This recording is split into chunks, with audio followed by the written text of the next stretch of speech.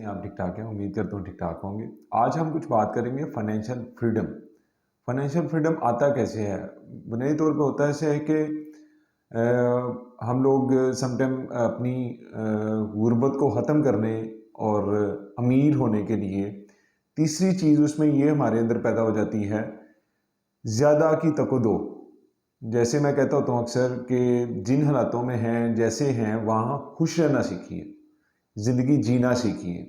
जैसे कि हमारे लोग इन चीज़ों को इस चीज़ में ले जाते हैं कि ज़्यादा की तकद्दो, हमेशा गुर्बत ख़त्म करनी चाहिए, ज़्यादा पैसा कमाना चाहिए, लेकिन पैसे की हवस नहीं क्रिएट करनी चाहिए। अब इसमें मैं ये कहता होता हूँ कि आप अपनी ज़िंदगी कैसे जी सकते हैं। आपने अपनी गुर्बत तो ख़त्म कर ली, आपके लिए एक मुनासिब सी सोर्स ऑफ इनकम तो स्टार्ट होगी। ये जो बहुत ज़्यादा की तकद्दो है ना, ये हमें कहीं ना कहीं हमारी ज़िंदगी जीने में रुकावट पैदा करती है।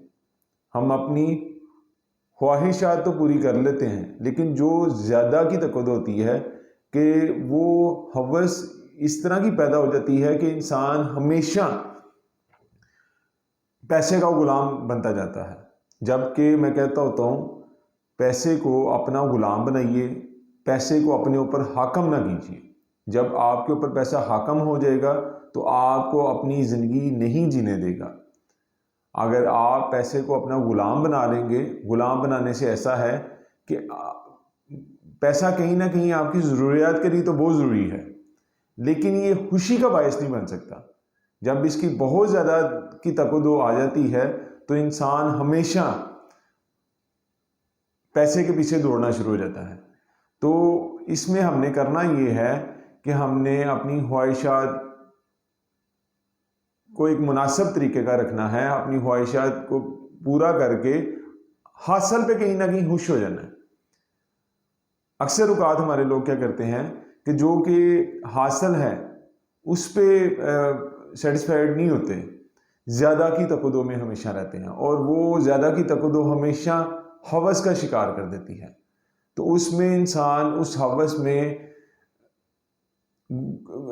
डीपली जाता अपनी ज़िंदगी की खुशियाँ भूल जाता है, वो अपनी बेसिक्स भूल जाता है, वो अपने जीने का अंदाज भूल जाता है, वो अपनी जिस लिए वो पैसा कमा रहा होता है। जैसे कि मैं कहता हूँ कि गुर्बत तो ख़त्म होगी, लेकिन हवस ख़त्म नहीं हुई। अब हवस में वो लगा रहता है, तो उसमें जीना भूल जाता है। तो इसमें मैं जो दुनिया जिस चीज़ की हामी है, और मैं भी इस फलसफे का हामी हूँ कि रिटायरमेंट एट 40 साल में की एज में रिटायरमेंट हासिल कर लेनी चाहिए। अब रिटायरमेंट का हरगिज़ ये मतलब नहीं है कि आप रिटायरमेंट 40 ईयर्स के हुए हैं तो आप घर जाके बैठ जाएं और बस अपना ज़िंदगी पूरे होने का इंतज़ार करें। रिटायरमेंट का मकसद ये है कि 40 साल तक आप 30 से 40 साल का अर्सा आपके पास होता है, उसमें आप भरपूर एफर्ट्स करें, भरपूर अपने जिस काम पे हैं, जिस जगह पे हैं, पूरी अपनी एनर्जी लगाएं। लेकिन कोशिश ये करें कि 30 से 40 साल के अरसे में अपने आप की डेवलपमेंट, अपनी मुआशी डेवलपमेंट इतनी कर लें कि 40 साल के बाद जो अरसा आपके पास बचता है उसमें आपको एनर्जी उतनी पैसे के पीछे ना लगानी पड़े।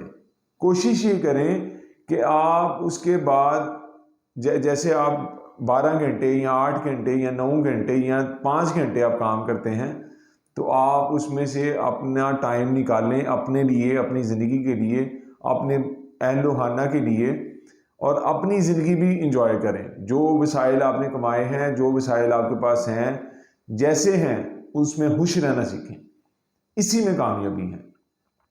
तो इसीलिए मैं कहता हूँ कि रिटायरमेंट एट 40 जो है ये बड़ा अच्छा फ़लसफ़ा है, तो इसको फॉलो कीजिए। और एक और चीज़ मैं अपने नौजवानों को बताता चलूँ कि अपनी ज़िंदगी में एक चीज़ कायम रखें, वो है खुददारी। हमारे नौजवानों को खुददार रहने की बड़ी ज़रूरत है। खुददार का मतलब मैं आपको उसका एग्जाम्पल ही एक मैं चीज़ में बता दूँ। میرا ایک دوست میرا عزیز میرے ساتھ ایک ٹائم پہ تھا، تو اس نے کچھ پرابلمس مجھے اپنی بتائی کہ میرے ساتھ یہ پرابلمس چل رہی ہیں، میرے ساتھ یہ پرابلمس چل رہی ہیں. تو زیادہ پرابلمس فائنینشلی تھی، اور اس حد تک تھی کہ میں مجبور ہو گیا اس کی باتیں سنتا سنتا. تو میں نے اسے کہا، میں نے کہا یار ذرا بریک لگائیں یہاں پہ، میں 2 منٹ میں آیا. تو میں اسی ٹائم اے ٹی ایم پہ گیا، میں نے اے ٹی ایم یوز کیا، کچھ پیسے نکالے اور آ کے میں نے رول کر کے تو اس کی پاکٹ میں ڈالنے کی کوشش کی. تو اس نے کہا یہ کیا آپ کر رہے ہیں؟ میں نے آپ کو اپنی پرابلمس اس لیے نہیں بتائی کہ آپ میری کو ہیلپ کریں، میں نے جسٹ اپنی فرسٹریشن نکالی ہے، جسٹ اپنے دل کا احوال بتایا ہے. اس کا یہ ہرگز مطلب نہیں ہے کہ میں خوددار نہیں ہوں، میں انشاءاللہ کر لوں گا، لیکن میں فرسٹریٹڈ ہوا تھا اس لیے آپ کو بتا رہا تھا. تو یہ بالکل ایسا نہیں ہے، میں دینے والا ہاتھ ہوں، لینے والا ہاتھ نہیں. تو یہ بڑی اچھی خودداری ہے. تو میں اس لیے کہتا ہوتا ہوں اپنے نوجوانوں کو، خوددار رہیں، خودداری میں بڑا مزہ ہے. اور اللہ تعالیٰ کی ذات بھی کہتی ہے کہ صرف مجھ سے مانگیں اور اپنے آپ پہ بھروسہ رکھیں. اور میں کہتا ہوتا ہوں ہم سے ہے پاکستان، ہم بنیں گے پاکستان، ہم سے ہے معاشرہ، ہم بنیں گے معاشرہ انشاءاللہ.